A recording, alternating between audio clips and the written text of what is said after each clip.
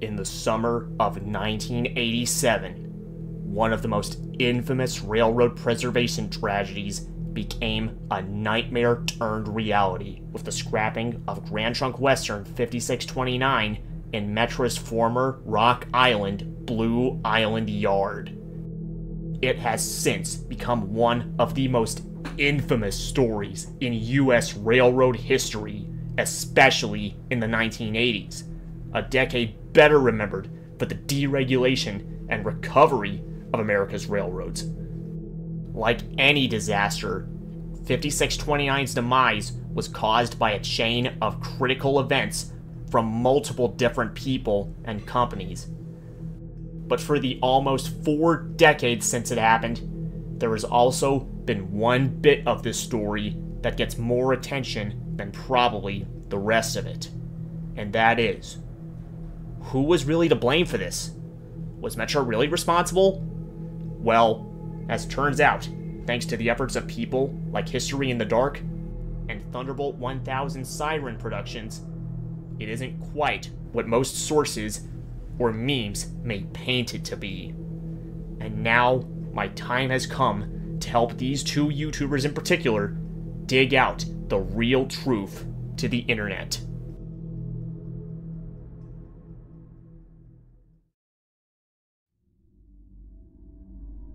It all began in 1977. While helping a friend move a refrigerator to a 3rd-floor apartment, Richard Jensen, the owner and operator of 5629, fell down the stairs and broke his back. The incident left him in a cataclysmic financial status, being unable to afford to run any more excursions with the 5629, nor rent space to store his equipment. After failing to negotiate with other railroads to store his locomotive, Jensen reached an agreement with the financially unstable Rock Island Railroad to store the 5629 at the railroad's Blue Island Yard south of Chicago, Illinois. But then, on March 31st, 1980, the Rock Island had gone under and liquidated into multiple other American railroads, one of which was Metra, the commuter rail operator in the Chicago area. It had taken over the Blue Island Yard following the Rock Island's demise and planned to redevelop the area. Only one problem. The 5629 was sitting there, in the way. Since it was owned by Jensen, they weren't allowed to move it without his consent. Metra asked Richard Jensen to move his locomotive, but was unwilling to assist him in pushing the 5629 150 yards to the nearby Iowa Interstate Railroad. They also refused to allow an inspection of the locomotive, which would allow Jensen to have someone else move it. However, they were already being a little unreasonable with all that. But to add on, 5629 was landlocked, with trackage in front of it already removed, making it way more difficult to get the Light Pacific out of the yard. Nonetheless, Jensen agreed. But as he was preparing to move the 5629, he discovered that vandals had removed many critical moving parts from the locomotive, and its cosmetic state was worsening. Many of said vandals were Metra employees who eventually got fired for it. All of this got to Jensen, who was in a rough physical condition and dire financial status, and his eccentric mind really hard. Something inside of it snapped. And then he changed his game plan. He no longer cared about 5629's survival, at least putting it ahead of everything. But the money needed to fix his financial troubles. Little did he know that this was clouding his judgment. He had formulated a devious plan. If he did nothing to move 5629, then Metra would have to scrap it, and then he could sue them for damage beyond the locomotive's worth, and win way more than enough money to fix his financial troubles, as opposed to just selling it to a museum for $15,000, and maybe still having enough money to fix his financial troubles. It had previously worked in 1972 with Burlington Route 5632, which had been illegally sold for scrap by the Chicago and West Indiana Railroad. But soon, the situation would not be going to his plan. When news of the situation spread, many museums, including the Illinois Railway Museum, attempted to take ownership of 5629 from Jensen, and Metra supported all of them. They didn't want to scrap 5629. They wanted it saved. They also didn't want to risk illegally selling it and have to deal with such an action on their record like CNWI. Metra was already in a tight situation with its operations, having a notorious reputation of being the most underfunded commuter rail system in the United States. But every single one of the offers was declined by Jensen, so they couldn't move 5629. As the years went on, Jensen repeatedly refused to move 5629 from the property, while removing many critical parts and selling them to Railfans. By 1986, Metra had lost patience with Jensen and was forced to take the feud to court. The court demanded Jensen to remove the 5629, or they would scrap it. In response, Metra tried to seize ownership of the 5629 so they could just legally donate it to a railroad museum. That would totally ruin Jensen's plot. But the court declined, only giving Metra removal rights to regain use of the property, but not allowing them to claim ownership of the locomotive since it was owned by Jensen. Then, on July 1st of that year, the court had had enough and ordered Metra to scrap 5629. When Jensen's attempt to appeal the order failed, Metra had no choice, legally, but to send out a scrap company to scrap the locomotive right where it stood. By July 17th, 5629 ceased to exist.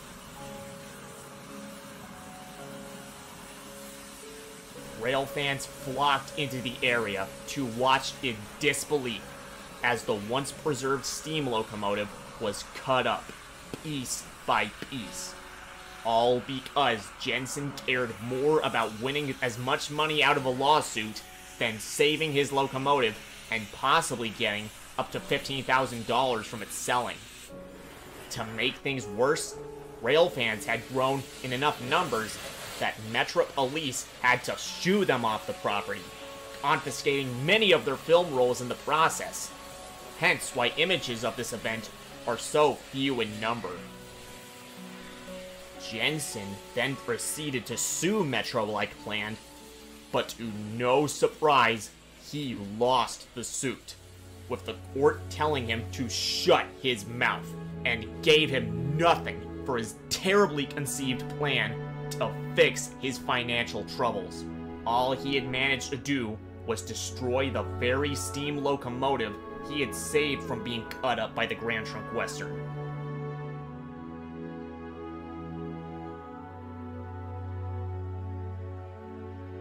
So, to recap, Metra had been a little unreasonable in the beginning, but when the Vandals took their toll, Jensen made a terrible decision that would haunt the Railfan community forever. There was nothing Metra could do but take this debacle to court. And even then, the court wouldn't allow them to take ownership of the 5629, so they could just sell it. Moving the locomotive without Jensen's permission was illegal and would have gotten them into serious trouble, even if such a move did save it from being torched. So when it comes down to most of this tragedy, Jensen was really the one who was responsible. Then why hasn't this been told from the very beginning? Simple. Angry rail fans spread false rumors that Metra hated steam locomotives and was to blame for 5629. I repeat, these were false rumors with little evidence of Metra being guilty. Sadly, the internet soon became widespread in the years to come, only spreading these false rumors faster than any other source could, including the true ones about it being Jensen's fault. And then, memes later came, only making it worse. It would be a long time until YouTubers started spreading the truth of who was really to blame for 5629's demise, the real truth. Until then, and even now, sources weren't really clear in terms of whose fault it really was. Even Christopher Kovacs, the man who kickstarted the YouTube Railfan community, didn't know about the real truth back when he first brought it up. So many people have fallen into the trap of believing that 5629 scrapping was Metra's fault. Even I did, when I was still in my infancy with narrated train videos. I didn't know the real truth until I watched History in the Dark's 5629 original video on the day it premiered on YouTube. Since then, I have forgiven Metra and sided with him on the truth that almost all of this was Jensen's fault. I even linked that video in a community post almost immediately, but I couldn't immediately make a video on the truth because I was preoccupied with college at the time. Even then, with my new views on the topic on the internet forever, not every subscriber checked up on my community tab enough, let alone that post. And one even attempted to poke fun at my old views 2 months after, without having realized I already knew the truth, only to regret it within minutes of me discovering it the minute he put it up, and repeating myself to him. This only further motivated me to get the truth of this unfortunate preservation tragedy out onto my channel in video form at some point this year, even though I'd already been planning it the minute Darkness the Curse spoke to me. So to the people who have made fun of my old views of this debacle, and to anyone who has done it too late, to those who keep doing it, and to those who are planning to do it without being aware of my new views, no more! It's done. I am asking you to get over it with me, knowing from now on that I have acknowledged the real truth of this tragedy, that it was not Metra's fault. This was Jensen's fault. Ever since the scrapping of Grand Trunk Western 5629, Jensen's reputation was completely destroyed. He was never well liked in the Railfan community ever again. He passed away in 1991 from poor health. Getting the truth of 5629's death wrong for the first time is my greatest failure in my YouTube life. Today, I have just rectified it in front of all of you. By you, every viewer of mine, subscribed or not. Happy Halloween.